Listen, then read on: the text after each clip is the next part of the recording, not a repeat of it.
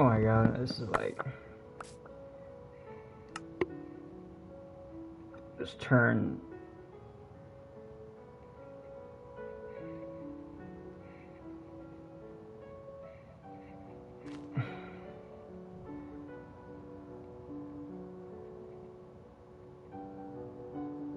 Oh my god, where did I turn off auto jumping at?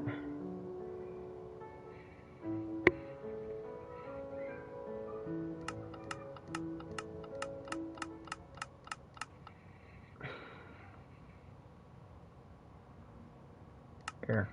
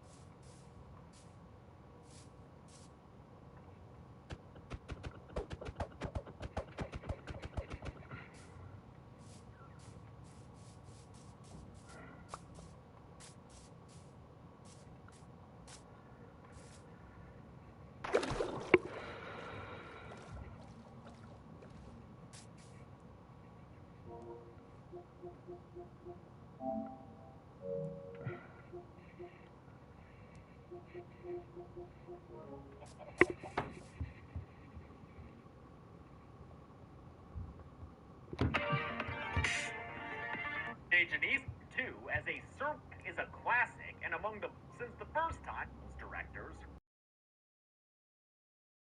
the intensity, not distract videos. Adios! We're introduced to 4 GEO officers. I think basically the SWAT team of Spain, and their chief Fernandez gives us the requisite found footage justification. A partir de ahora vamos a grabarlo todo. No las desconectéis hasta que hayamos terminado, ¿estamos? That filming will be done through all these new helmet cams worn by El Jefe and the 3 cops working beneath him, Bartos, Lara, and our main POV photographer of the Rec series, who also played the unseen cameraman Pablo in Rec 1. The officers unload at the original film's location, the Rambla de Catalunya in central Barcelona. Of course, by now, the street's much busier than when the firefighters first arrived to answer a disturbance call, which meant the filmmakers had to prepare a lot more before they shot, especially with the constraints they were given for the building. La máxima dificultad igual ha sido el cubrir todo el edificio sin hacer ningún tipo de anclaje. No se podía hacer ningún anclaje para no agujerear, eso llevaba unos problemas técnicos. They ended up blocking off the street for a scene with over 300 extras. Definitely a hectic shoot, even though the helicopters we hear overhead weren't actually there. They were a fabrication put in by sound designer Oriol Tamagol. The special forces meet Dr. Owen from the Ministry of Health, who quickly brings them up to speed by summing up the first film. They're briefly interrupted by a dude who runs up and says he needs to get inside to his wife and daughter, aka Marie Carmen and Jennifer from the first movie. He's not allowed in, though. Only Owen and the cops are permitted to head through the decontamination tube that the directors called an umbilical cord. I guess into this infected-ass womb we all know and are terrified of. Yep, still just as scary as ever. They make their way upstairs until they get to the penthouse and ramrod their way inside. As they spread out to secure the place, Dr. Owen takes over directorial duties. Documentación exhaustiva, así que grábelo todo. Yeah, dude, we know. Record everything. Got it. Returning to the same setting for the sequel ran the risk of being repetitive or boring, so Balaguero and Plaza decided to explore new places within the apartment building and the penthouse unit. They decided to build the penthouse on a set to give them more control and the ability to expand it. But for all the parts we saw in the first film, art director Gemma Faria had to painstakingly recreate everything to maintain continuity. Not always the easiest thing to do when it's 2 years later and most of the props have been thrown away in the interim. The stuff Russo records is a reminder of the religious roots of this franchise's infection, which originated with a young girl named Tristana Medeiros. The cops then find the jump scare door and tell Martos to check it out. And we all know what he's about to find up there. Some really convenient storage space. What? You thought they'd do the same jump scare again? They hear music coming from downstairs, and Martos is once again the poor bastard sent to investigate. The actors playing these special forces had a lot on their hands making this movie. First off, their outfits not only had to look good, but costume designer Gloria Villar also had to hide all the mics and equipment they needed to have on them at all times. For instance, the helmets had real cameras and microphones built into them, and when we see the helmet cam footage, we're actually watching what the actors recorded. O sea, aparte de meterle lo que sería la emoción de la secuencia, tenía que estar muy atento a lo técnico de la cámara. As if sometimes filming the movie wasn't enough for them to worry about, the actors were also given the task of lighting, since Rec 2 takes place almost entirely in the dark, with many scenes lit only by the lights worn by the characters. Siempre tenemos que tener en cuenta que en esta película no solo son actores, sino que esos también ayudantes. Realmente son los iluminadores de gran parte de la película. Martos gets down to a previously unseen apartment, that of Cesar, and finds the music emanating from a record being played. Who could be listening to music at a time like this?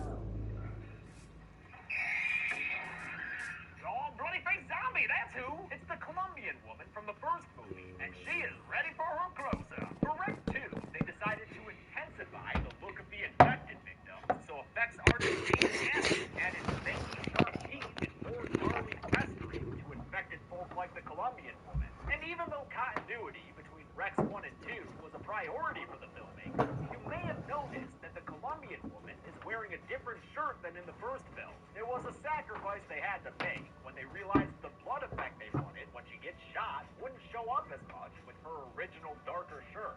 Creemos que es más importante el efecto que el rasgo, ¿no? Y efectivamente le cambiamos la camiseta. The attack comes out Marcos immediately, and the others run downstairs to help him. When they find him, he's already infected. Our first new victim to add to the count. Martos beats him up something good until Dr. Owen halts his attack with a prayer. Mueve tus ojos sobre este siervo tuyo. Rompa toda influencia que tengas sobre este cuerpo. Yeah, you stop and listen to that sexy deep voice, Martos. They kick him into a room and lock him up, then quiet his raucous roaring with a rosary hung on the door. Though the cops want to know what the hell just happened, Owen tells them they need to go back to the penthouse because they ain't getting out of there until he says so. Puedo creer que nadie va a salir de aquí hasta que yo personalmente diga la orden de salida. Y ya sabe cómo funciona. Reconocimiento de voz. ¡Ahora escúcheme usted! Back in the penthouse, the cops finally get an explanation from Owen, who kind of looks like he'd be friends with Stephen Merchant, doesn't he? Maybe that's because actor Jonathan Meller is in fact English, and since he didn't speak Spanish natively, he had a bit of a hard time with this wordy scene, as Owen tells the cops all about this movie's possession plot. He says that Tristana Medeiros was a possessed 11-year-old taken in by the Vatican's Father Elvelda. Elvelda's job was to isolate the possession's biochemical element and develop a vaccine. It's still so weird to me that this franchise is about a viral possession. It's like demons and zombies all in one. Anyway, it turns out Owen isn't a doctor, or at least he's not only a doctor, because he's also a priest. I shall call him Dr. Father, or Father Doctor. Owen says that before he lets them leave, they'll have to acquire a blood sample of La Niña Medeiros so they can make an antidote. They kick down a back door in the penthouse, only to find a hallway without any doors or other openings. There are some files on the wall, though, showing kids that the Vatican experimented on. This really upsets Officer Lara, who was played by Argentinian actor Ariel Casas, who got so into the character he ended up aparece de repente. Te vuela tu cabeza. Yeah. Tapan en la mesa. Yeah. Luego la adereza. Yeah. Se la come. Y te vuela esa. Yeah, motherfucker. By the way, I think one of the kids in those files is probably meant to be the attic boy from the end of the original. Remember him? Yeah, there he is. His ears were probably burning. Oh, and he got some hot feet, too. Damn, I love that backwards ceiling crawl. It's so creepy. The kid escapes back into the attic, so the cops shoot a new hole into the ceiling until it collapses in, bringing the corpse of Father Alvelda to their feet. Honestly, by my usual rules, this probably shouldn't count as a kill. We never properly met this guy, and he's a dirty, skinless skelly here. But, I don't know, we saw him in a picture, and he's kind of important to the plot, so I'll put him on the list. It doesn't really matter, I promise. Attic Kid drops in to say hello again, and after they fight him off, I'm given a damn good reason to have a sponsor for this episode, since Owen shoots that kid's head clean off. Holy shit, dude! I'm not counting that as a kill, since I already counted an Attic Kid as dead/infected in the first movie, but that crazy blast of gore was truly impressive. Effects artist David Amick created a dummy kid whose head was part silicone, part polyester, and cut into fragments that fit together with magnets like a jigsaw puzzle. That way, they could get multiple takes blowing up the same head with compressed air without worrying about making a new fake head every time. And boy, did they fill it with some gross fake blood and brain bits. Definitely all worth it in the end. They discover an air duct in the ceiling, so Officer Lara climbs in and starts army crawling his way through this new, terrifying, and claustrophobic space. He finds Father Alvelda's air duct refrigerator, which is where you always want to keep the good stuff. You know, like vials of Tristana Medeiros' blood. Great, you got the blood. Now get out of there, Lara. Oh no, not HVAC Gollum! I actually see 4 little infected boys here, and although I counted 1 attic kid in my first red kill count, these 4 are new infected victims, so that's why I'm putting them on the list now. Oh, and shout out to the little kid actors who played those ghouls. I'm always shocked when movies get kids to sit through the hours-long makeup process for stuff like this. Owen needs to check the blood before they leave, so he starts a little ritual by pouring some of it in a saucer and taking out a copper wire, or a crucifix. Sorry, wrong movie. The test results are positive, but a little too much so, because the whole vial catches fire, causing Jefe Fernandez to throw it on the ground. And Owen is not too pleased about that. Fuck you, kid. Era la única que teníamos, joder. Joder. I love the blood test effects here, which special effects supervisor Salvador Santana achieved by rigging some electrical wires to that crucifix that ignited the fake blood. Equally impressive is that the test tube wire thrown down by El Jefe was completely digital, created by visual effects artists. I'm downloading Warzone.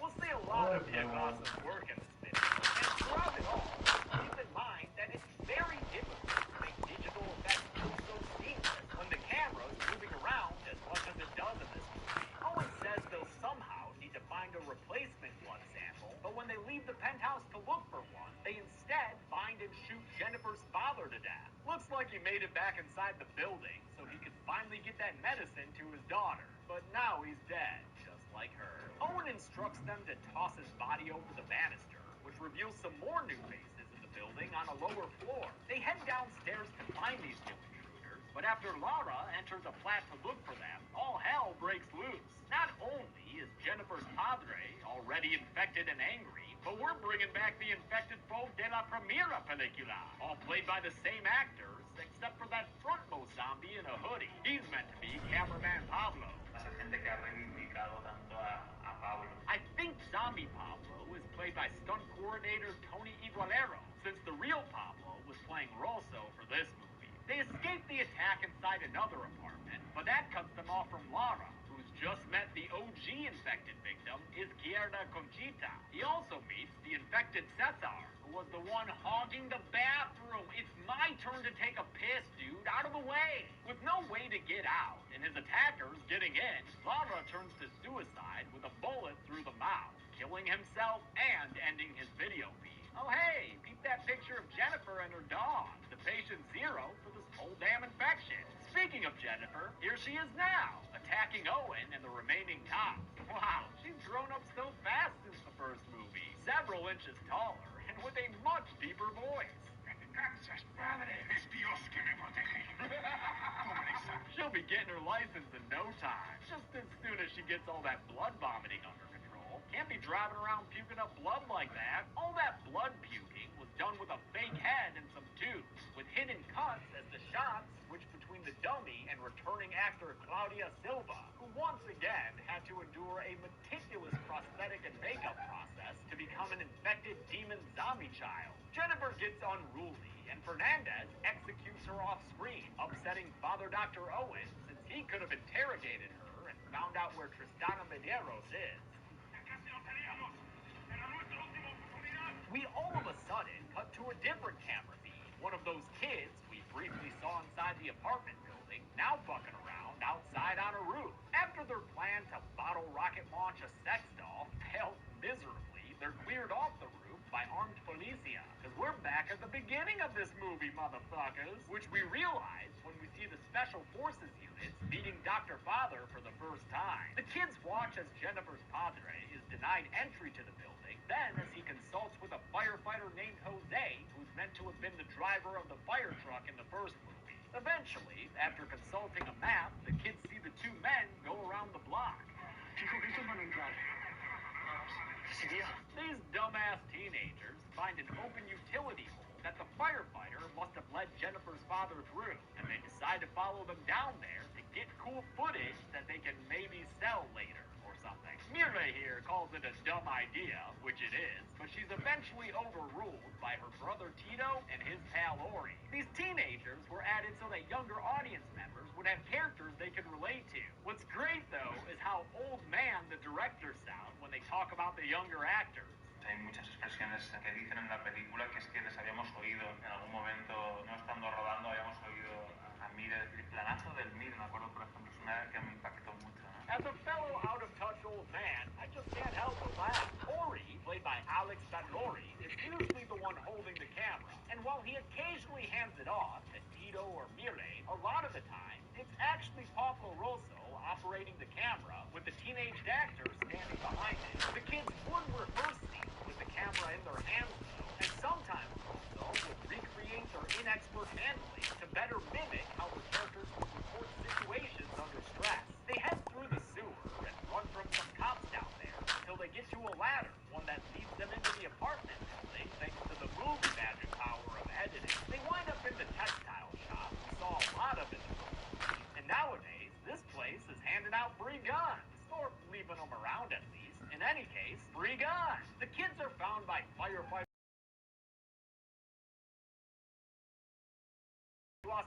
by confiscating the gun and delivering a face slap. He still gets shafted with babysitting duty, though, when they realize the kids are unable to go back out the way they came in. ¡Let's go, Lalo! ¡Ahora no podremos salir! ¡De puta madre! ¡De puta madre! ¿Pero por qué? ¿Por qué? ¡Porque os han seguido, gilipollas! ¡Mierda! Since Jose wants to find his friends, Manu and Alex from the original, and Jennifer's papa wants to deliver her medicine, they head upstairs to the father's flat. There, he finds his infected wife, Marie Carmen, who, as far as I can tell in my research, was the only character from the first movie not played by the original actor. She attacks them until Tito sticks a bottle rocket in her mouth, which sends her down the hallway in a slightly comical way.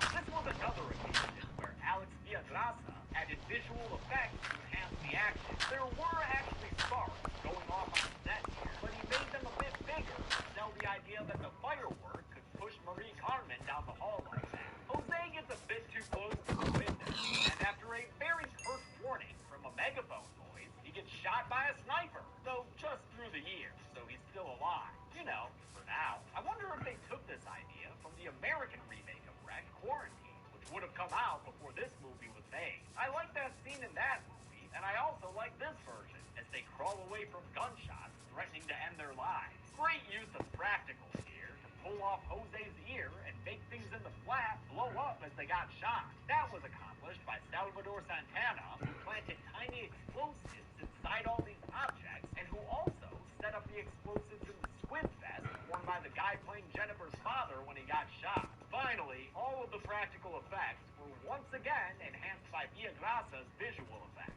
I love how everyone worked in harmony on this movie. They get out to the stairwell, where their perspective of the story intersects with what we've already seen. Jennifer's dad is shot upstairs, and as his body falls past them to the ground floor, Ori the cam-op tilts up to see Owen, El Jefe, and Rosso. I always like seeing shots from two different perspectives like this. They hide from the angry officers inside Cesar's flat, where they find that rosary hanging on a door. But the voice they hear inside is a little girl, Jennifer, so they decide to open it and help her out. Instead of Jennifer, they find Martos inside, and he is not here to give them a warm welcome. Jose is overcome in his fight with Martos, so Mire grabs the gun and decides to take care of business for him.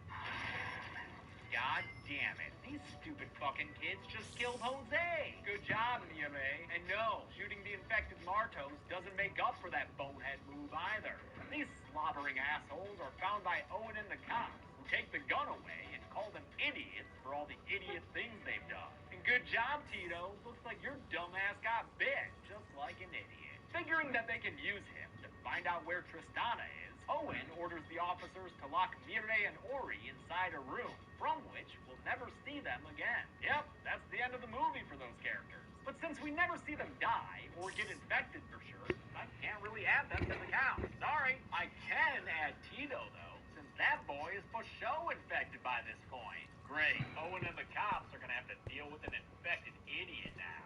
Owen needs to record his interrogation for proof, so it's bad news that Rosso's battery is just about to die. Lucky for them, someone just showed up from the blurry background who might be able to help. It's Angela Vidal, played once again by Manuela Velasco, and the late night reporter is still holding the camera that gave us the terrifying original film. We switch to that throwback camera as Father Doctor questions Angela, and they check her for any bites. But she's good. Glad she's clean. It's great to have Manuela Velasco back, even though she and cinematographer Pablo Rosso had to make some adjustments in their filming style for this sequel. En Rec 1 yo era Pablo, en Rec 2 era Rosso, y al final de la película, cuando aparece Ángela Vidal, yo las primeras tomas que hicimos con Ángela Vidal. Alright, let's see if there's any coal here. If there's coal, then I can just go back in there. Y me creía que era Pablo otra vez, y siempre el peso del plano recaía en Ángela y venían Jaume y Paco. Que no eres Pablo, que eres Rosso, que pasas de esta tía porque no la conoces, y yo siempre estaba buscando a ella, ¿no? Y claro, no, yo era otra persona. Dr. Father performs an exorcism. Scary, Jonathan Meller would sometimes forget his lines. The infected/possessed team tells Owen he be aware around them, and apparently within them too, as far as Owen's madre is concerned. Dime dónde estás. En el coño de tu madre. Demons love dropping C-bombs, man. It's kind of their thing. The possessed boy that says that he's high above and that the light blinds the priest, which Owen interprets as meaning that Tristana is in the penthouse, but that they won't be able to see her with the lights on. Yo los guardo bajo oscuridad y prisiones eternas. El lugar en el que está no refleja la luz. Owen, Angela, El Jefe, y Rosso head back up to the penthouse, then back into that hallway to nowhere. Vale. Apaga la luz. When Rosso complies and activates the night vision, they find there's now a door at the end of the hallway. It's not there when the lights are on, and exists only in the dark. So not only is this infection a viral demonic possession, we've also got some supernatural House of Leaves type shit going on with the building too. Rosso guides them through the dark and the door that shouldn't be, which takes them into another room with more creepy set deck. When they do the night vision trick again, they discover a well or a tub or something like that. Once again, it doesn't exist with the lights on, so I'm thinking it must be some kind of after-hours only jacuzzi. Sexy! Fernandez loves hot bubbly water, so he gets a bit too close to the well and is grabbed by a hot tub hand that pulls him inside. This will count as his death, since he's totally gone when they turn on the lights, and he He doesn't reappear when they switch back to night vision mode to look for him again. All of a sudden, Tristana Medeiros appears and hacks at the camera with a hammer. It knocks our viewpoint to the ground temporarily, and after Rosso retrieves it, he sees Tristana stumbling around through the night vision. She's unable to see them in the dark, but she is able to hear when Father Doctor's radio goes off, leading her to knock him to the ground and beat at him with her gangly limbs. Thankfully, Angela is here to save Owen from La Nina Medeiros. What you gonna do, Angela? Tie her up or drug her or... Oh, blow her frickin' head off! Alrighty then. Once again, Tristana Medeiros was played by kill count veteran Javier Botet, who, as per usual, had to endure a 7+ hour makeup process applied by David Ambit. For the gunshot that blows Tristana's head off, Manuela Velasco and Botet filmed in front of a green screen, and then Alex Villaglasa worked his magic, erasing Botet's head, swapping in a digital version, and making it explode in 3D. I will never understand the wizardry these people work to make this shit look so damn good. Owen is pissed to lose out on his final opportunity for a blood sample, but Angela just wants to get out of this building. She's been here for like 2 whole movies now, dude. When Owen still refuses to give the command to let them go, things get physical and she attacks him. With Angela pointing a shotgun at the Father Doctor, Cama Rosso asks her to calm down for a minute. But that just gets him shot and killed. R.I.P. Rosso. Angela kicks Dr. Father over as he begins reciting some prayers, but she says, "Oh baby, just you shut your mouth."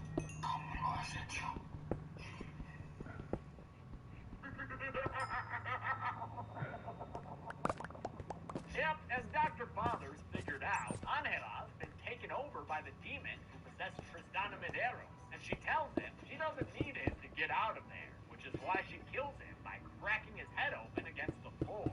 Since we already heard the infected Bartos impersonate Jennifer's voice through a door, it's no surprise when Angela uses the same trick to win her freedom. Owen. La misión ha terminado. Solicito evacuación. Using Owen's voice, the demon says that Angela has survived, clean of infection, but that Owen got bit, so he'll stay behind as they burn the building down. The movie ends, showing us what happened to Angela after she was attacked. Tristana Medeiros spit up a nasty slug-looking thing into her system, transferring the possession to her, but not the infection, which is why she's not on the kill count. One last behind-the-scenes tidbit here, that demon slug is 100% digital, as is the saliva, and even the actor's mouth. I cannot commend this movie. Well, here you got your new truck. It was so well done. It's like that old guy I think him with the green, steel green with 8-foot tail. Runs good. I heard you had to put a heater core in it. Yeah, heater core went out. Did you get it in there? I'm waiting.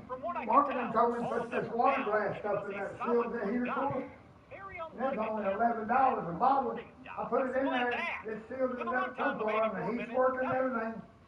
So I'm gonna wait and see if it holds before I take the heater core back.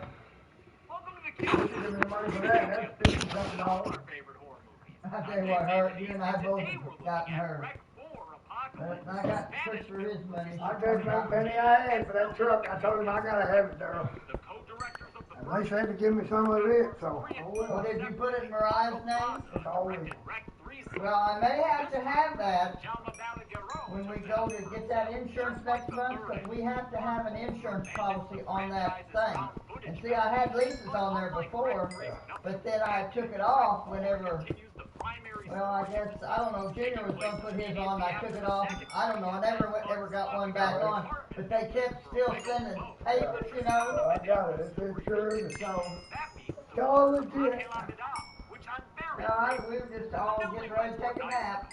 I've been working on Dennis's, not Dennis's, on David's, yeah.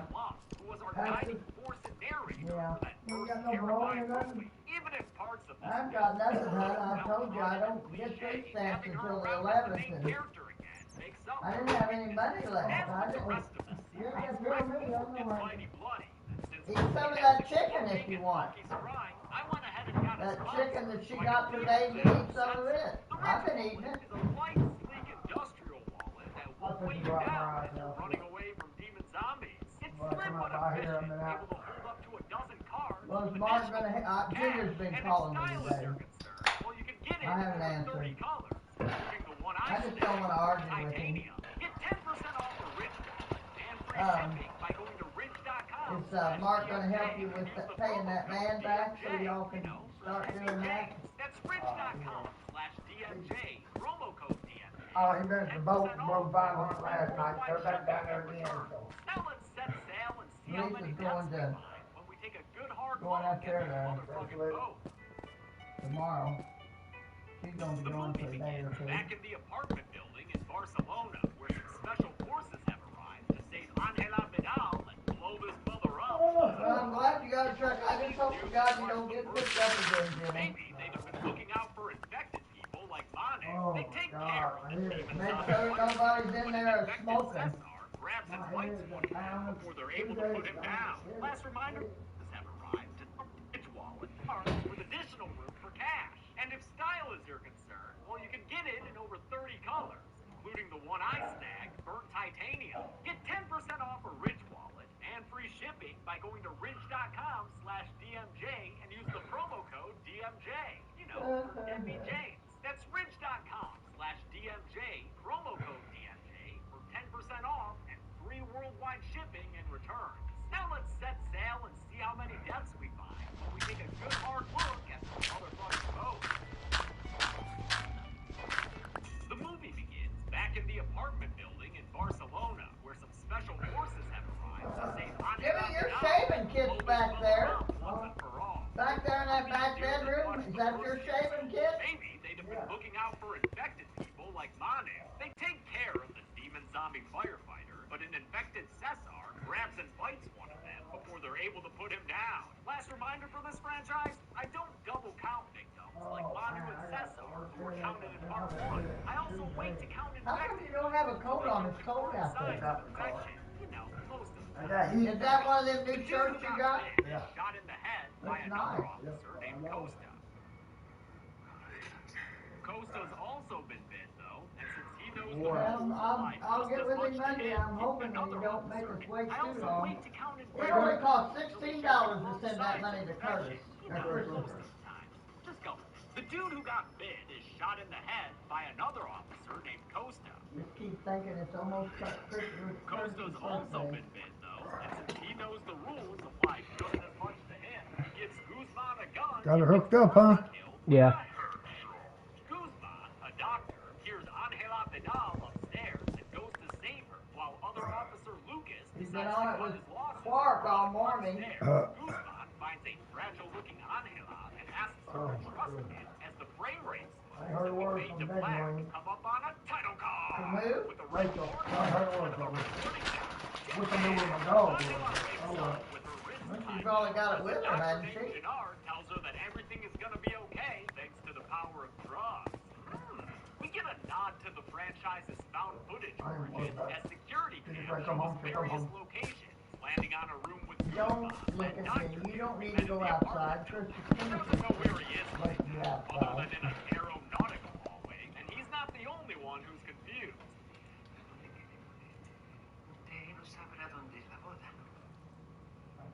Well, I just hope he hurries up and gives us another job. This unnamed woman ties Rec 4 to Rec 3, but just to save you an IMDb search, the actor playing He her said was mid not, in fact, February, so I asked him from now on, ask him about the Dr. foundation. Gennard. I really told you to bid on it.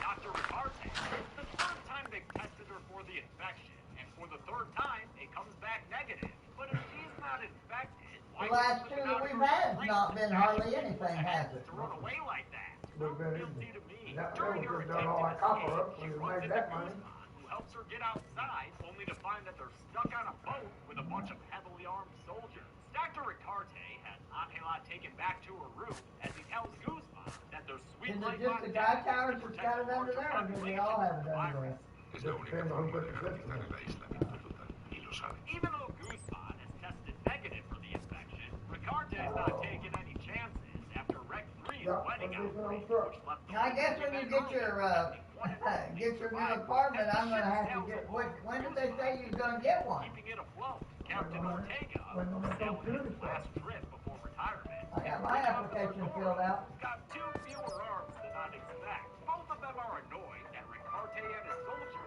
keep overloading the ship's power with their super secret medical lab. There's also radio operator Nick, who's Hello? got great taste in t-shirts, but that doesn't excuse the way he'd be spying on Angela through the security cam. He says he's a huge fan of hers. Yeah, probably not though, dude. Rounding out the crew are Jesse, who works down in the engine, and the ship's chef, Edwin. Edwin keeps everyone on the ship's bed, including that unnamed wedding lady and Stefan's partner, Lucas, who's also high five for friend reunion. Or, fist bump? Yeah, we meant to do that. Guzman tells Lucas what the captain told him. Ricarte and his crew have shut down all radio communication and lifeboat operations in order to make this ship a floating quarantine. Hope y'all like being on a boat. Production spent 4 or 5 weeks shooting inside a real Russian fishing boat, which was so freaking huge it had a whole fish factory inside. Yeah, a fish factory. There were Hey, right up there on right up here, I can't pick it up. Right up here, it's like you're going down 41 and to, from the first 2 films. And he was right about that. A little what is too that? right. Right there, that first, when you cross Diamond on 41, go up that first street and turn right, like you're coming towards Mom. There's a great big piece of cast iron pipe that's laying. Somebody must have lost them out of the truck laying in the grass, but I can't fucking Cinematographer of all 4 wreck films had a hard time working in the cramped spaces of the ship. So after about a month of shooting on location, they moved to a set where they rebuilt parts of the ship's interior for convenience. Then again, they probably could have shot this thing anywhere, and Pablo Rosso would have done it. I don't know, we need to. We need to go down there and just slam, fill them both up all the way to the top.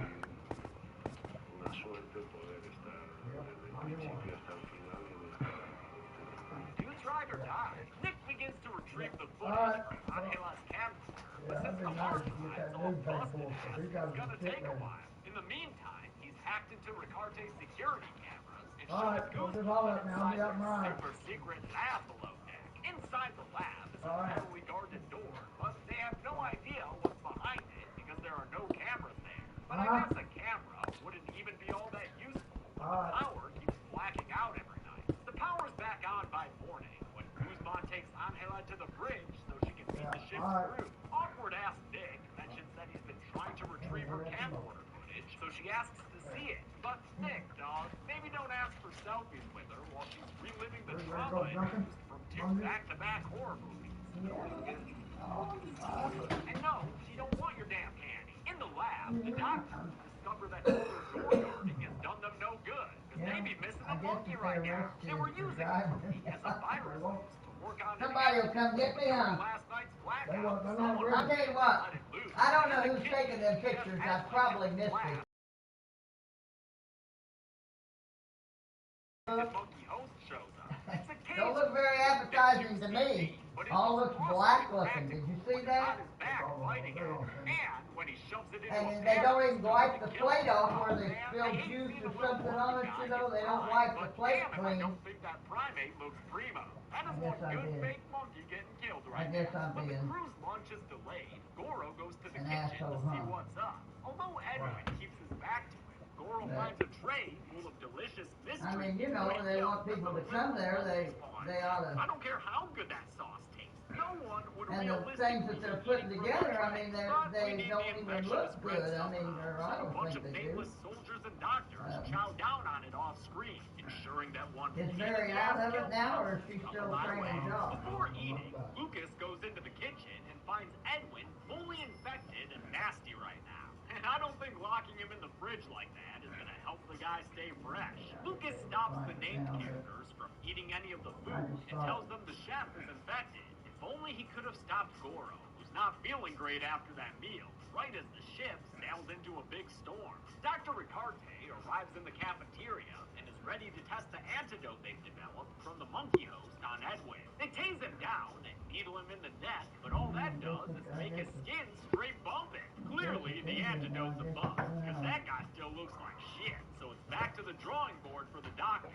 They know it's up to them to stop this virus and save themselves. Nadie vendrá a buscarnos. Ya no.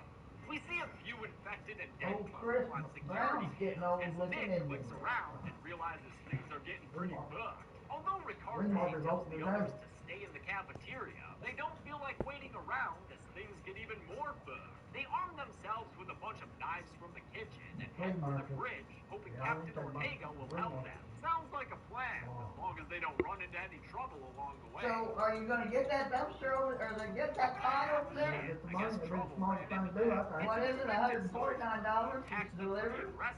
Until Guzman And what, they charge the you guy so down much a with month an or a ace week? picked to the head and a $149 gunshot for the double Well, tap. that's In not the bad engine, at all. Jesse was keeping the ship afloat when an infected Stores soldier were You left ought to on be able to, you ought to be able to make that, and if nothing else, gives them a little nothing steam else, shower. just keep As it. upstairs, I thought about sending one over there to Grand Avenue, have to drop it off, the parallel and we'll fight get gets everything in pretty their house wild in it, with another infected and then they'll pick it up and move it over to my house. until Jesse stops his attacker with a wrench Yeah. and Guzman puts down So I theirs with a just sold gun. it out, For sell good it all, luck, you you know. did. There you go. Good I don't know, job. that's During like the I mean, I wouldn't let them just come in there and bulldoze that house with all that stuff in there. That would be I'm ridiculous. gonna finds a listen to my body cinema. that I don't know if I've counted already, so here you go. I He wouldn't takes let his them do gun that. and I he heads would, for down to find $149, Guzman hell and yes, I Angela would get do to the that. bridge where they have 60 feet Nick long. do some cliche hacking in order to Just like see having what the semi-trailer doctors have sitting been in up the to. driveway. They find a file on Maderos, a name Angela recognizes from the Penthouse newspaper. Well, that's what I'd do, but I'd get that stuff out of the house so I can start working on that house. Vatican thing, something Ricarte. It ain't gonna take you that long to get, you have to dig a whole ditch and put a whole new septic tank thing in or Ricarte something? and the other doctors are actually looking at Tristana Maderos right now on the footage from Angela's camcorder, which has finally been fully recovered. Well, I'm not saying that though, I'm just saying if you get us to the point that the city can come in and say, okay, you're good to go, we can put water and electric in for you. They surmise I know you can do the remodeling, Lisa can help you do the remodeling as far as that goes. from infection. That's why She she didn't tell keeps me what the testing doctor negative. told her, The did she tell positive you what the news is that doctor if they told can her? get that slug out of Angela, they might be able to make a proper antidote. Lucas Don't let her Reiner's quit wedding, smoking though, but she you can not, already I mean, tell she's just from like the way the rest she's of you. filmed that she's She don't infected quit as that, all I hell. mean, Let's it's get just that getting to the point confirmed, she shall can't we? breathe it There off, we she's gonna go. be carrying an oxygen thing around with her. All right, lady, we know already. Calm down. Lucas quickly I mean, heals the thing about you, I noticed out there was the main thing was just going up and down the hills. through the narrow hall. He just barely escapes them. But that's so odd though, I mean, Chris had the back, she couldn't bend. Lisa couldn't breathe. And Mark's legs, everybody crippled and down. But we just get together and But we got it still got the job done, y'all got the job done a hell of a lot better than what Junior would have done. That they'll let Angela done. live. Too. I mean, Guzman you start acquiesces, chipping and and the work others together. get to work, strapping down Angela. Gotta fight hard. Track that demon work. They're unable to find the parasite or start the procedure though, I can't before an believe you infected actually got Goro rid busts out of the bridge's bathroom, making a chaotic situation. Well, number two, I even couldn't have had him chaotic. down there Ortega sucking that faces out, can, and amidst and this mess, Trina being Angela there. escapes too, There's getting no by way with that a I little could do passive that. help from Nick. Out on the deck, four more I mean, I don't know, Trina may have had something that I didn't know about, but I mean, if she did, well, at least she was out there working, It's also you know. what it. exactly Work, we like to work out. Everybody works. I'll put him on the kill Everybody sits down and down and work. Everybody but me. Again, You it's did not your job and exclusively pay for it. shown, but I'm Oh my God, that was a that's what mess. happened. We never see him again. The Oh soldiers my on the God. bridge I'm shoot gonna down work my eyes, I guess, right turning now. their attention to Dr. And I'm Gennard still and not his so wife. sure about that. Gennard I mean, says they can make an antidote in time to save him. I know that last day that we took all that in, they held all that money and put it all on one ticket. With an easy, They easy did. gunshot. Okay. Ricarte and his soldiers. But see, I knew we were missing a ticket, or I knew something was wrong, and that's what I told Lisa. I said, something's wrong. I said, when that stuff flew out of the car, we must have lost the ticket. All you gotta do is call them and ask them what the total was that was sold. Yeah, I kind of thought about doing that. Yeah. I mean, I'm not saying she cheated us. I'm not saying that. But I'm saying maybe that the bank, or, well, not the bank, but the junkyard, because I know good and well, we were there, Mark had a load, Christopher had a load, we took another load in, and then we took another load in. 4 loads went in that day. And they gave us one ticket for it all. I tried to cook my food. But they didn't give me a breakdown on like 3 different tickets with it, you know what I'm saying? I don't know. They may have got us for one. I mean, they gave us good prices, but I don't know. I think something's wrong. I mean, I really Call her, do. tell her, email. But, Told her. huh? I just called them, I did, don't email me a total on what we sold down I may do that. Do me a favor and give me a coat. I mean, Alex.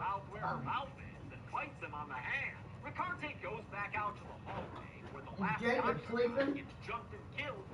I baked me 2 potatoes and an onion, and that's what I ate. Who's sleeping? I baked me no regular potatoes. I don't know, where is he? Is he laying down on the floor sleeping? Who? Jacob. No, he's sitting right there. Oh, he's being awful quiet.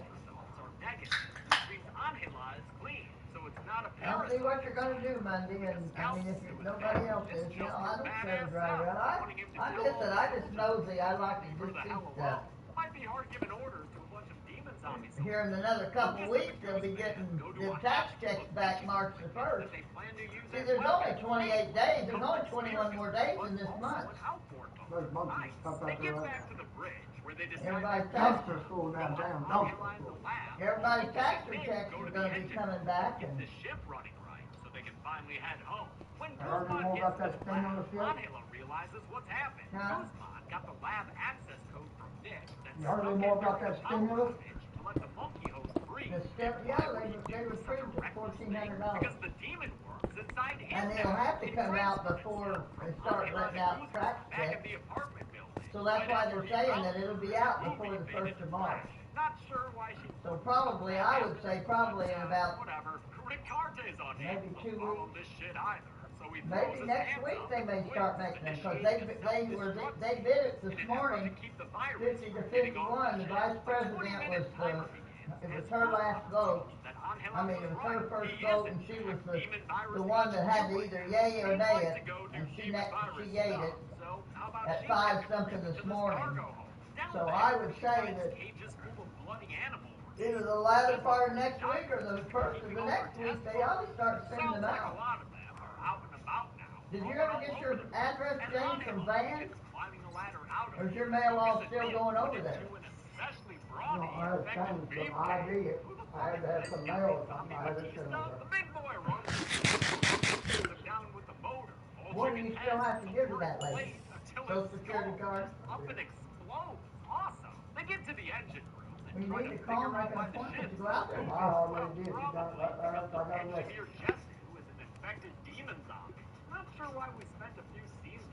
She's been on top of it. I sent a letter to get Timmy's before Christmas, and I haven't gotten any answer back on it. I don't know what's going on with that.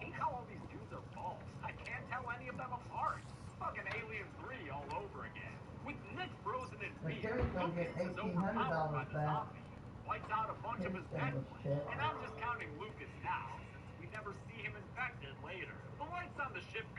Oh, Lordy.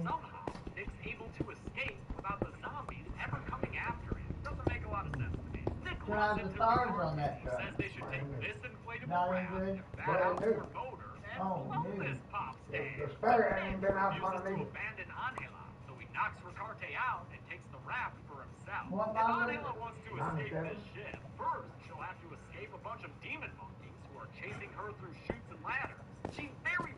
Got 3 doors, the back opens up. Oh, it does have 3 doors? That's good. Baby, right in the back seat. Thank you. I don't know if Daisy's going to make it much longer, I'm afraid. I'll tell you what, she cried and cried and cried all the time I gave her that bath the other night. Now, I really didn't get her good and clean like I was supposed to, but I guess I'm gonna go for this dark.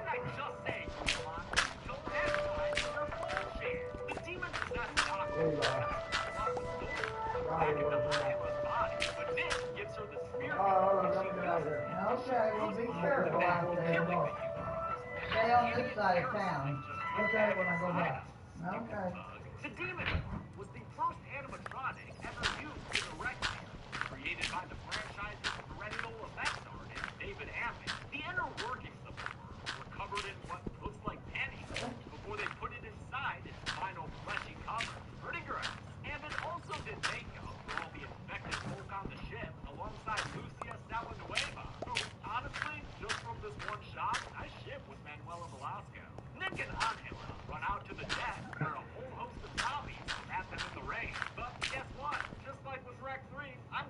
up on the impossible counting job here. There's no way all these dudes are new infected fuckers, so I'm just calling it quits. Don't like it? Find a new kill counter. They make it to the stern of the ship, where Nick tosses the inflatable raft into Did the you water get it below. downloaded, Jacob?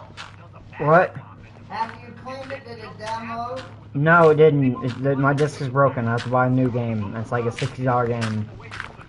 Right as the detonation sequence goes off, killing all those zombies I've already counted, as well as Dr. McCarthy, who I haven't counted yet. So onto the list he goes. Notably, the explosion did not kill the demon worm, which just found a new home inside a little fishy boy. The movie ends with a mid-credits sequence showing that Nick and Anhima had made it back to land. Can you take it back? Was that one of the new ones you got? How many people could have What? Was that one of the new games that you bought? No. I had that since 2017. Oh, well then that's probably gotten scratched somewhere along the way. 41 people were killed or infected in Rec 4, though obviously I gave up in the end there, didn't I? If only I had a crew roster, Return of the Obra Dinn style. With a runtime of 95 minutes, that left us with a victim on average every 10.32 minutes. I'll give the golden chainsaw for coolest kill to the infected big boy killed by the outboard motor. Love a good head exploding. Dull machete for lamest kill will go to, I don't know, the security cam guys? Yeah, the security cam guys. Sure. And that's it. Rec 4 Apocalypse came out in 2014 and is the final film of the Rec series. Next week I'll look at the sequel to Quarantine, the American remake of Rec, but until then, I'm James H. Neese. The Kill Count. Thanks a lot for watching the Kill Count. What? Rec 4 Apocalypse. I want to thank some patrons like William Aaron Kenny, Alex Oh, that only works like Anthony that now. Wilson, Jared Green, Aaron Messick, Danielle Santana, and Jessica James. Alright, we're done with the Rec series, so you don't have to hear me try to speak Spanish anymore. I know I'm not the best at it, but I tried. Thanks everyone.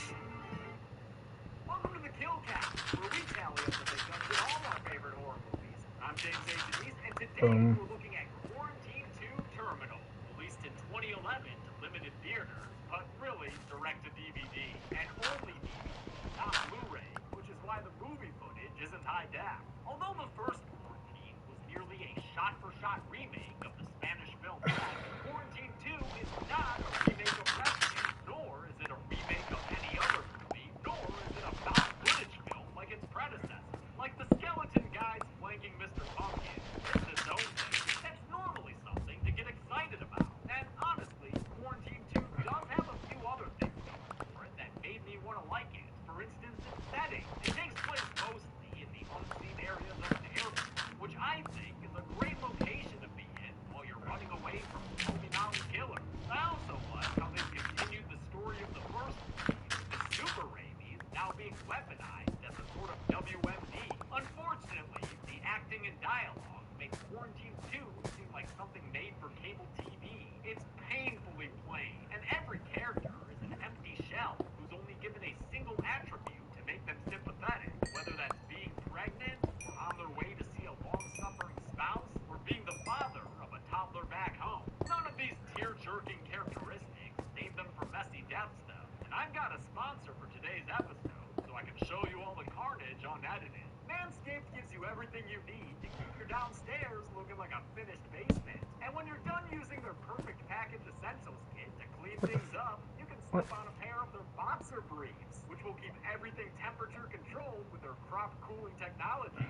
I love wearing this anti-baby underwear while I'm working out, because I only want the best for my boys. You can get the best for your boys, too, for 20% off by going to manscaped.com/deadmeat. That's manscaped.com/deadmeat for 20% off and free shipping, so you can get those boxer briefs today. Let's see how many people escape their uncomfortable coach seats through death and get to the kills.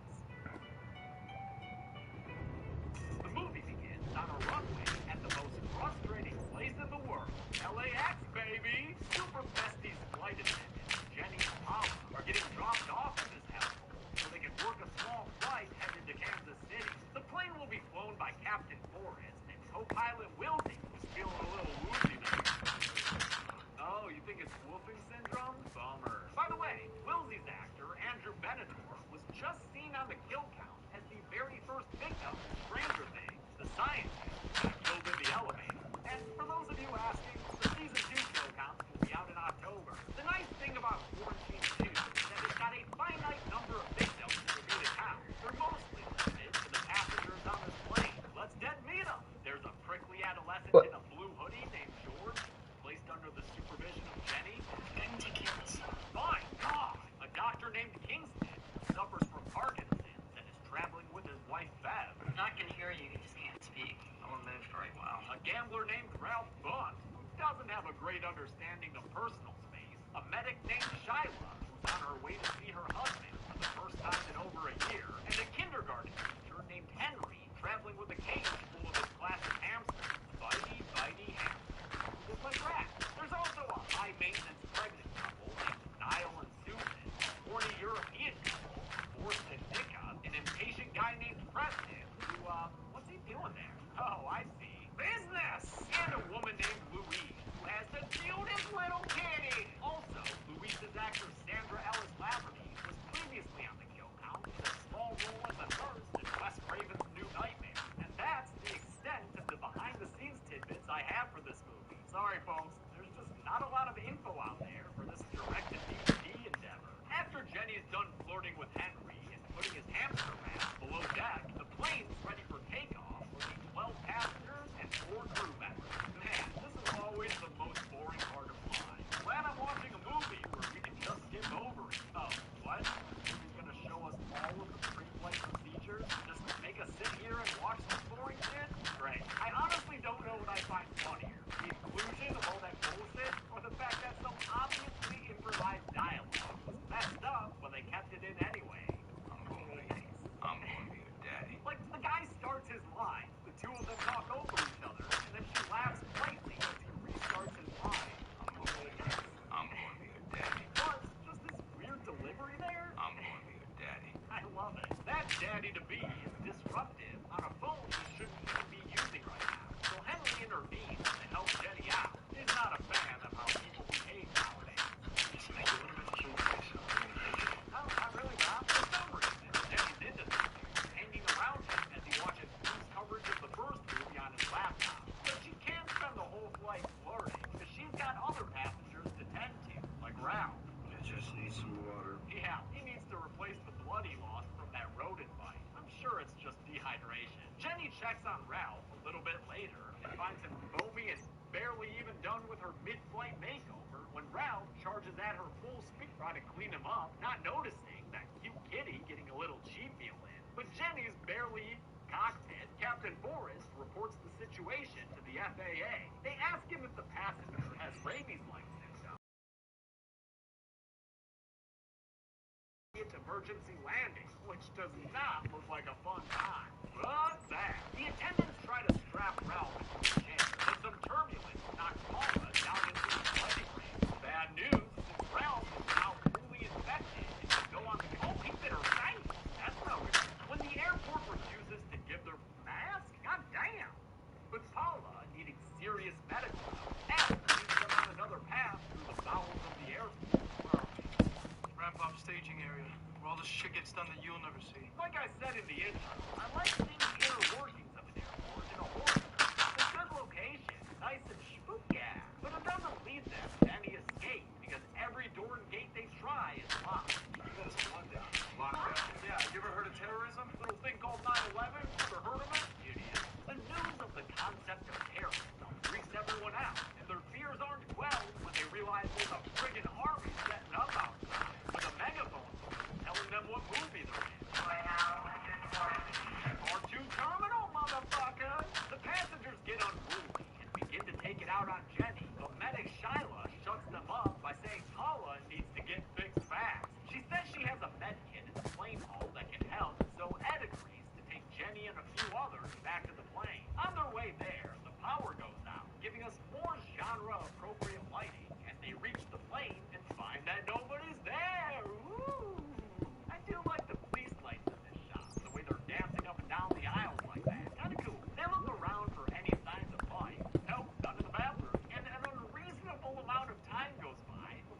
realize that Doc Kingston is still sitting in his seat.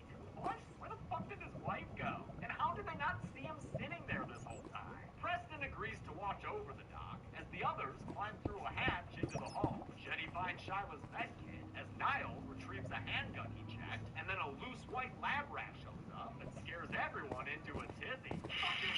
Huh, wonder if that thing came from the cage full of supposed hamsters, Henry.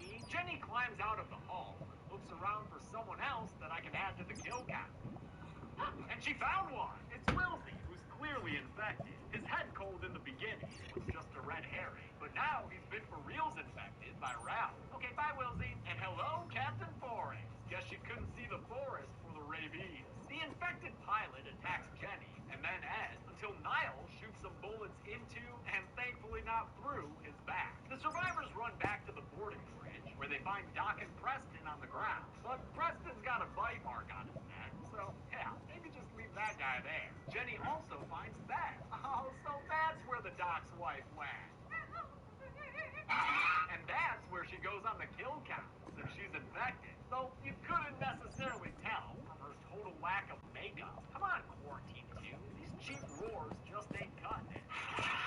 They get back to the others and catch them up on the whole rabies thing. Shyla helps Paula with a patch-up as Jenny talks to this 12-year-old about her character arc, which is learning to take control of situations.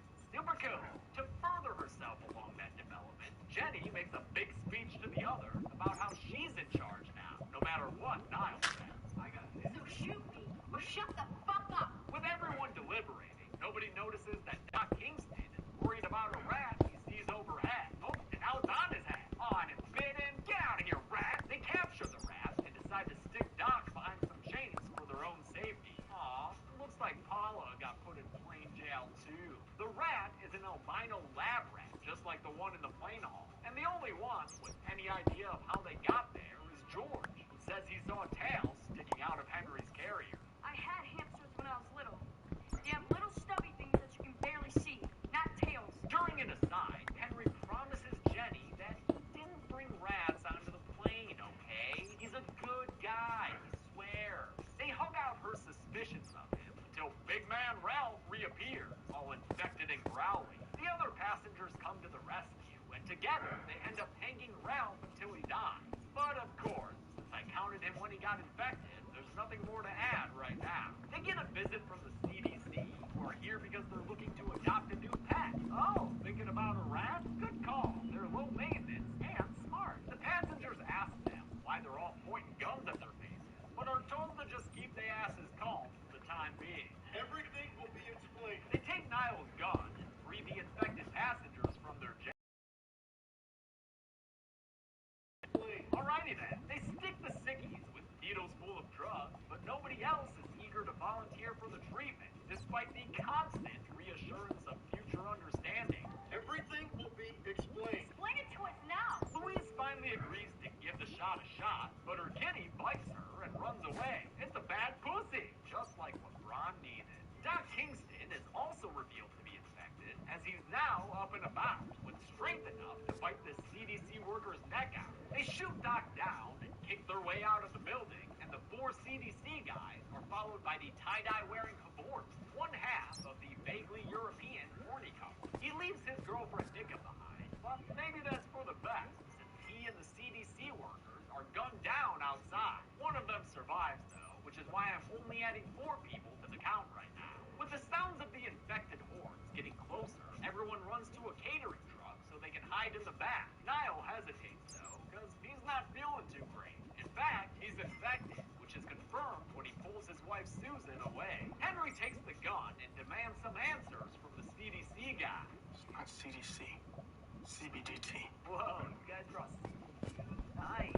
Chemical biological domestic terrorism. Oh, never mind. It's pretty narky, dog. He confirms this outbreak is connected to the Los Angeles penthouse lab from the first movie, which was owned by someone from a doomsday cult who created the virus in the first place. Since they never found an antidote and things are looking pretty grim, the CDC worker grabs the gun and takes his own life, shooting himself off screen. At least that truck has a drain, though. That's convenient. The drain reminds Ed of a service tunnel beneath this terminal, which they can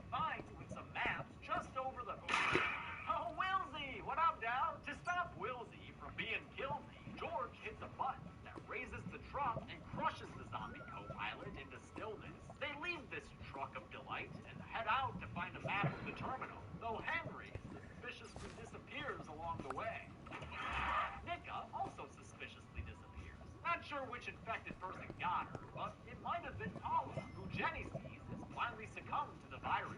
Took you long enough, Paula. Most people turn in like half that time. It's like you don't even care. Jenny takes some leadership and defends the others against her best friend, knocking Paula down a couple of stories where she dies with that patented fake-looking legging.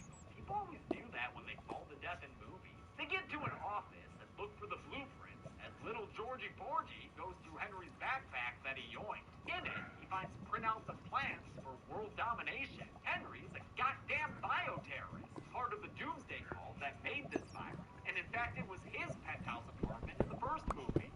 And you know what? I bet he's not even a real kindergarten teacher either. Ed locates and reads off the blueprints until they're rudely interrupted by a power drill. Wait, what? That's Susan? Confirmed infected? Sounded more like a power drill to me. But no, it's Susan and Niall, who attack the others, sounding like drills and or cats. Henry appears and shoots them, and though it looks like he's been bit, he's not all that concerned, because as George reveals, Henry had an antidote in his bag, developed at his apartment in L.A. He says his mission is to save the planet through population control. I told you before in the plane I'm one of the good guys, willing to do something and take responsibility for the future. But Ed don't buy that shit, so he charges at Henry and catches a bullet in the side for his efforts. Henry does some crowd control and then gives himself a shot. Oh, right in the eye. Nah, man, not the eye. Fuck. You can just feel that pressure. Oh, amazing. I can't feel a thing. Bullshit. He takes the blueprint and the blue boy and pieces out on the lady, planning to escape and turn Georgie into a little eco-terrorist in training. For absolutely no discernible reason, Jenny and Shyla split up. So Jenny, by herself, when Preston charges at her, the first time we've seen him fully infected, he chases her through this human-sized mousetrap obstacle, but she ends the zany action with a crazy contraption because Preston forgot the most important rule: don't get caught. Jenny then comes across the infected Nika, who starts, sniffing into the air. What, you think you smell someone who's not infected, Nika? Maybe check behind you. Well, I mean, he could have just turned around, but okay. Jenny escapes Nika's detection and reunites with Shyla, who grabbed a pair of goggles from the CDC guy. Wait, are they heavy? If they're heavy, then they're expensive. Put them back. Instead, she gives them to Jenny because somehow she's been bitten and she'd rather go out buying Jenny some time to get away. Jenny watches through the goggles as Shyla acts as bait and draws out a bunch of infected people, including Louise, who's just,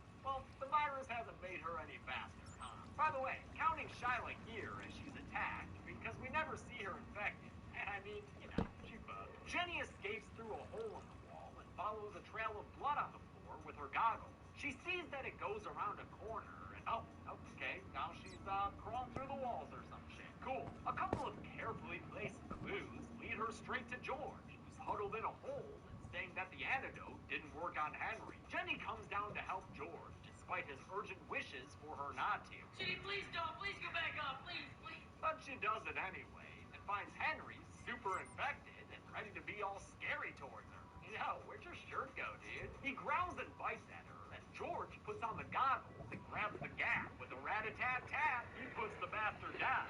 Mostly, anyway. He's still wriggling and writhing a bit there. I wish more characters would learn to double tap their... Oh, holy shit! Yeah, there you go, Jen. Glad I got that sponsored. An explosion goes off, because they be burning this place down. So Jenny kicks open a chute that'll lead them to freedom. Yeah, I can't go in there. Come on, go. No way. As George slows his ass down to look back, he notices that Jenny's starting to breathe a bit more raggedly, because that girl's been B.I.T. bit. Leave me. And eventually, and reveals that she's hated his blue hoodie all along. You look like you were wearing a Snuggie, George. With Jenny stuck behind the bars, George leaves her and walks into a very weird and fake-looking shot to end the movie. Through his discarded goggles, we see that Louise's infected kitty has made it out as well. Out into the city of sin. Right on the goddamn strip. How many people contracted terminal rabies in quarantine too? Let's find out and take off to the numbers. 20 people died/were infected in quarantine 2, with the victims consisting of 7 women and 13 men, a nearly 2-to-1 ratio of dudes. With a run time of 86 minutes, that left us with a kill on average every 4.3 minutes.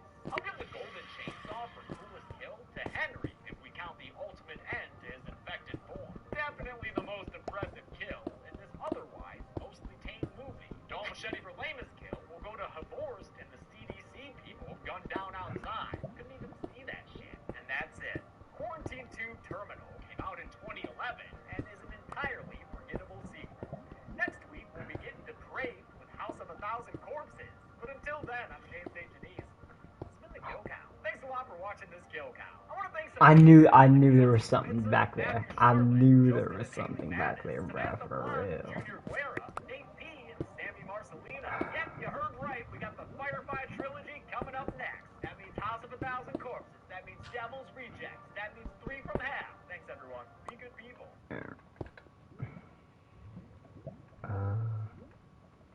Need some more blocks.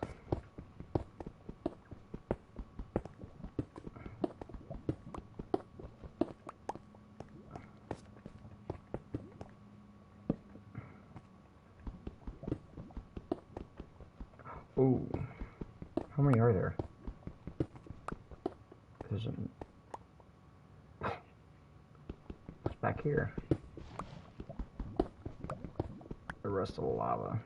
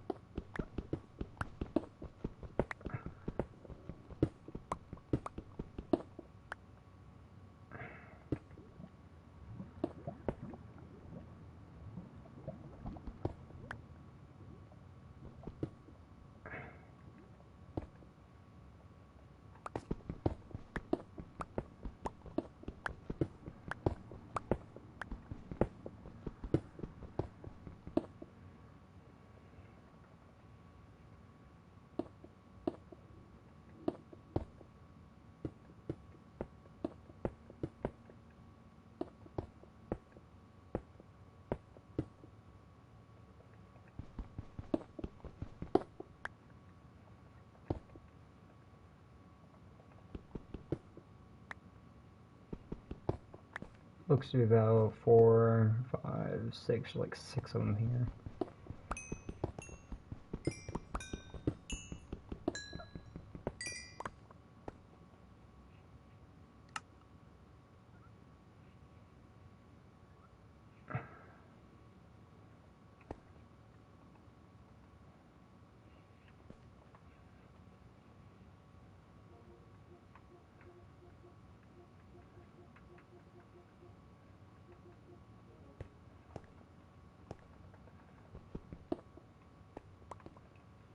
Yeah, I was right, 6.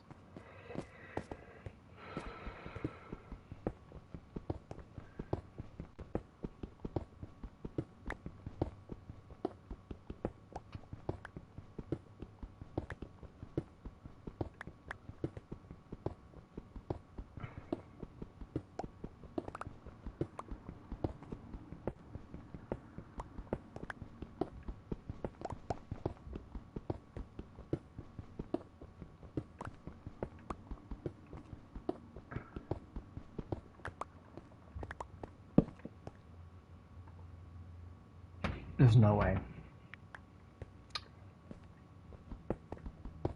Bruh. You gotta be trolling me. If there's more, then there's gotta be like... I'm gonna use my normal pickaxe now. I'm gonna strip mine right here. Yep.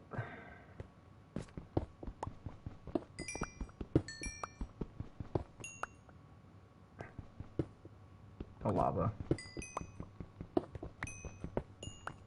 This should be limited to 12, yeah.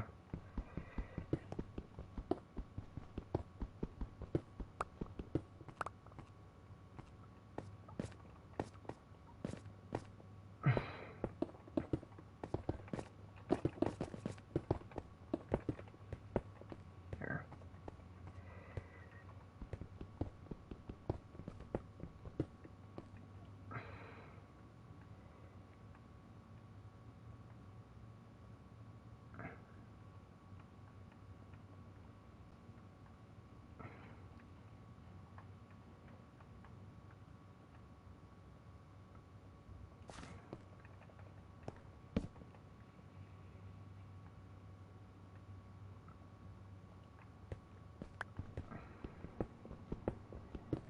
Let's use this one up first.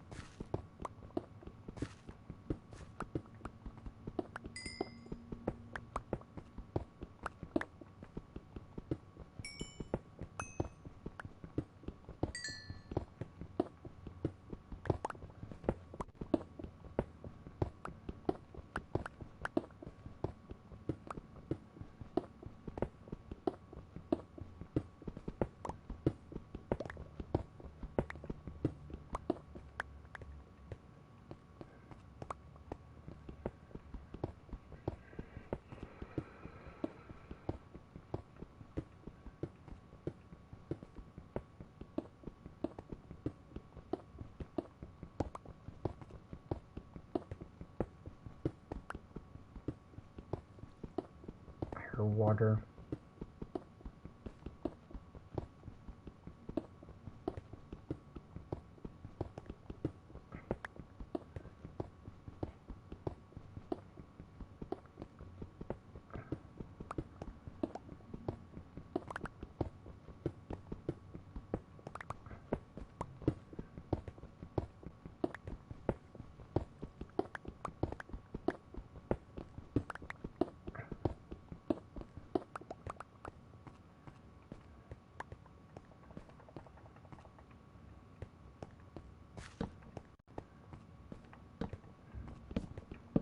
Need a torch right there.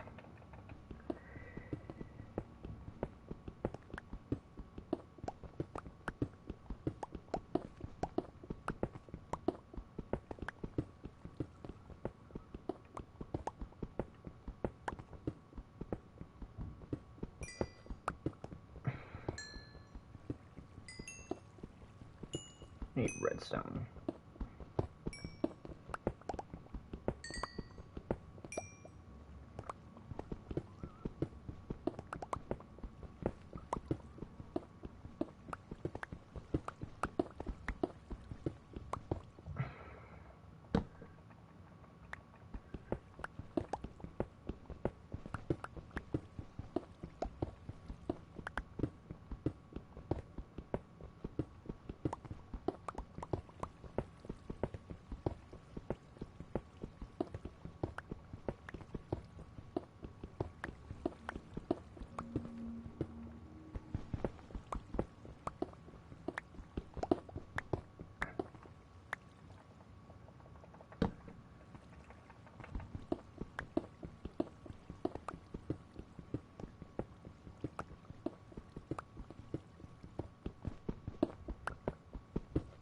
Boom.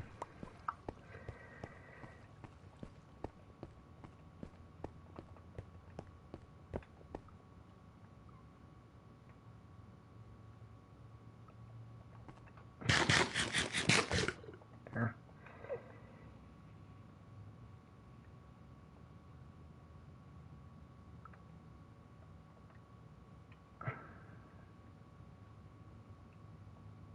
There we go.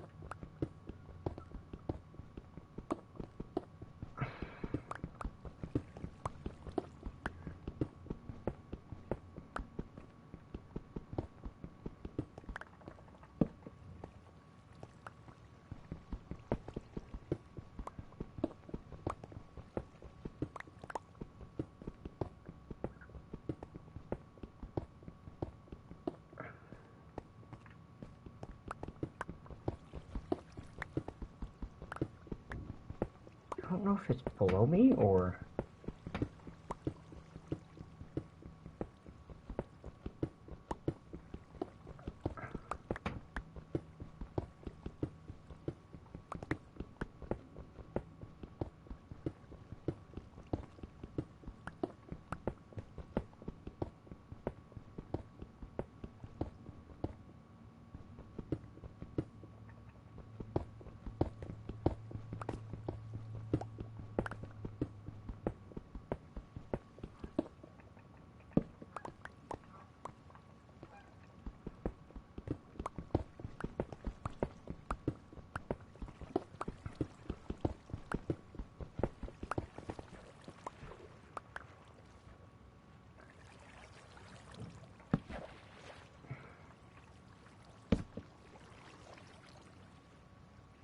Oh, I should have, like...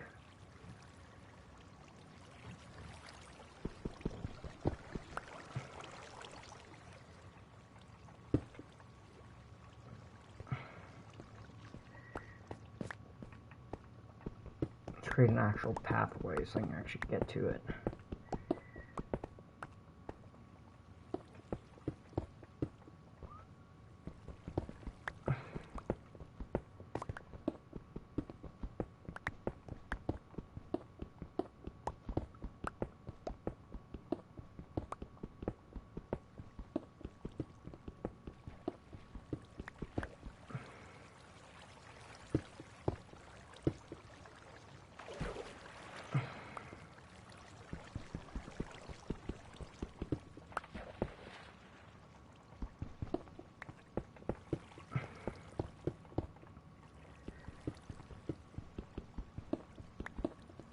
There.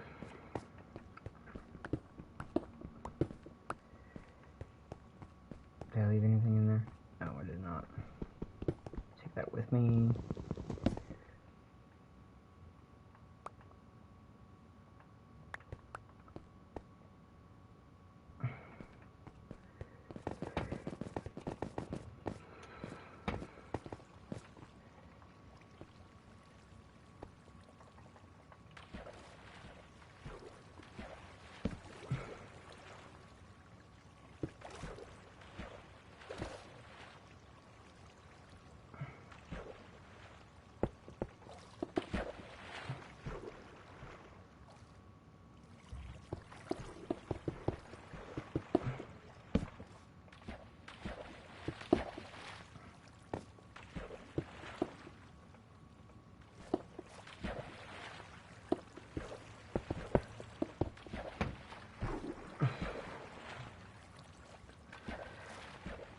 Oh my god, you can't fucking, oh my god, you can't place blocks.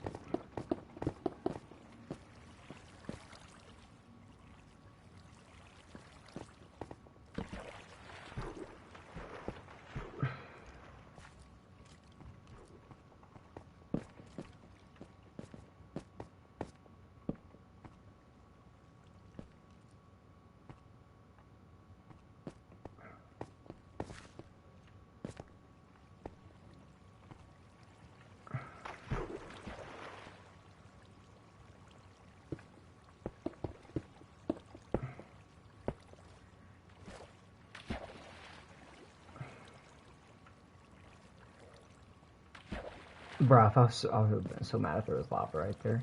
Like,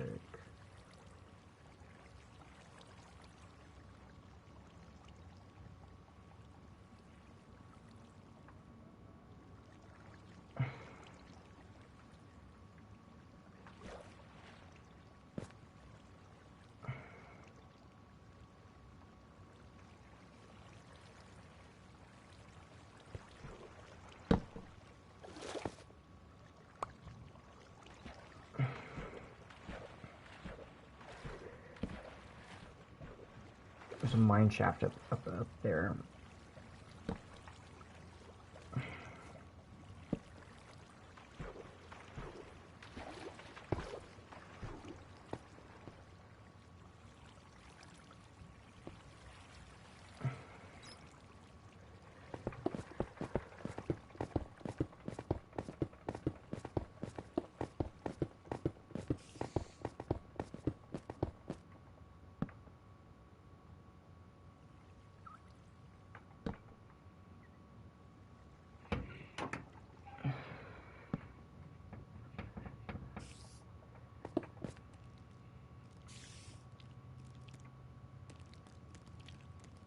Okay, I'm gonna craft a sword real quick, because I do not have one.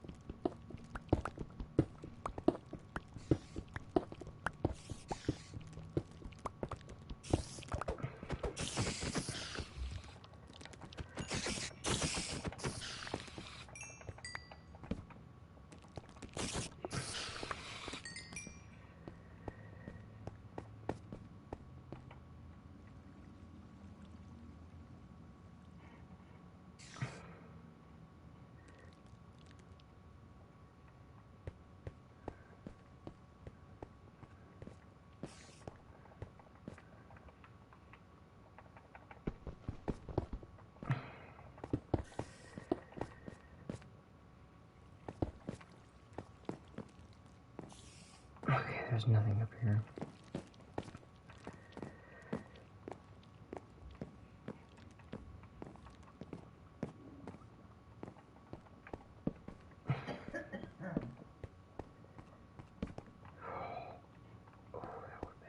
That would have been not cool.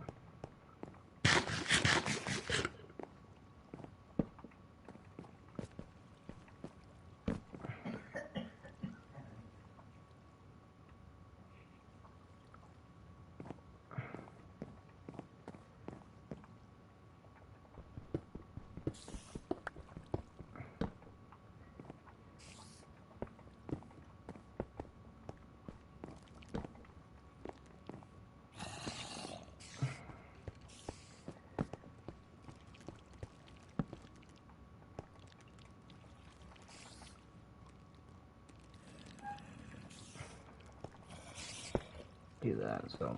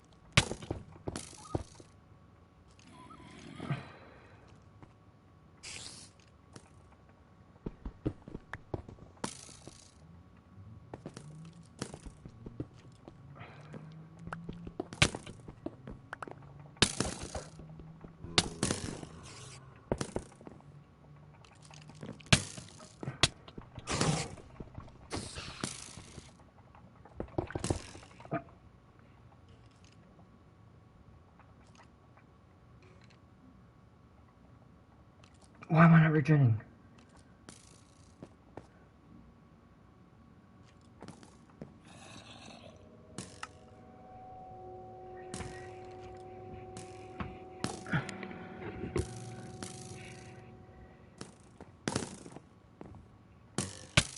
Oh my gosh.